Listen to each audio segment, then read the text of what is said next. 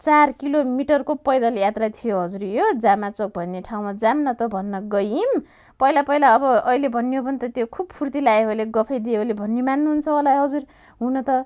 तर होइन, पहिला म हेर्नुहोस् 10 कक्षामा पढ्ने बेलासम्म एक घन्टा स्कुल जाने बेला 1 घन्टा आउने बेला 1 घन्टा हिँड्यो ज्यानो हजुर। अब ऐजाल कुरा गर्ने क्याने हो र आजभोलि बोइलर चल्ला जस्तो भएन, खतम छ क्या जिन्दगी खतम छ। त्यही पनि हिँड्ने कुरा त अब स्वास्थ्यको लागि एकदमै राम्रो भन्न हिँड्न जान्छौँ क्या कहिलेकाहीँ, परिवार गइजान्छन्।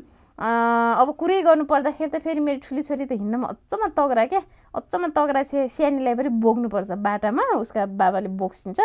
ज्वरो आएको मलाई ज्वरो आएको बोक्स्यो न भन्छ। अब क्या हार्ने त, म फेरि यहाँ नाच्दै हिँड्न लाग्छु क्या। नाचेपछि गाएपछि अलि सजिलो हुन्छ त हिँड्ने बेलामा, थाहा पाउनु भयो त होला के अरे हिँड्ने मान्छेले। अब म गाउँमा जन्मियो भएन किन हेर्नुहोस् मलाई त त्यो झिलिमिली सर भन्दा हेर्नुहोस् त यहाँ बाउ छोरी उस्तै अनुहारका देखाएको छन् क्या बाँदर जस्ता न कस्ता नि भनेर के भन्ने हो र आफ्नै जान परिवारले।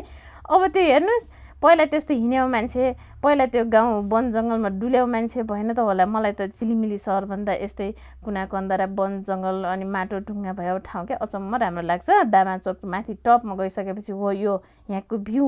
त्यहाँ एउटा गुम्बा पनि रहेछ, पूजा गऱ्यौँ हामीले पनि। अनि खानेकुराहरू के राखेको थियो तिनी कुराहरू खायौँ। अब यहाँबाट हेर्नुहोस् त तलबाईको यो भ्यू, आमामामामामा कति राम्रो हो क्या, कति राम्रो हो क्या, यो कति राम्रो हो।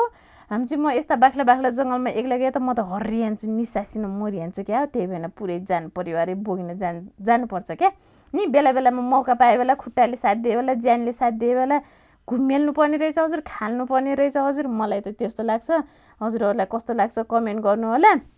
गाउँघर मन पराउने कुना कन्दरा मन पराउनेले मेरो भिडियोलाई लाइक त पक्कै गर्नुहुन्छ होला है।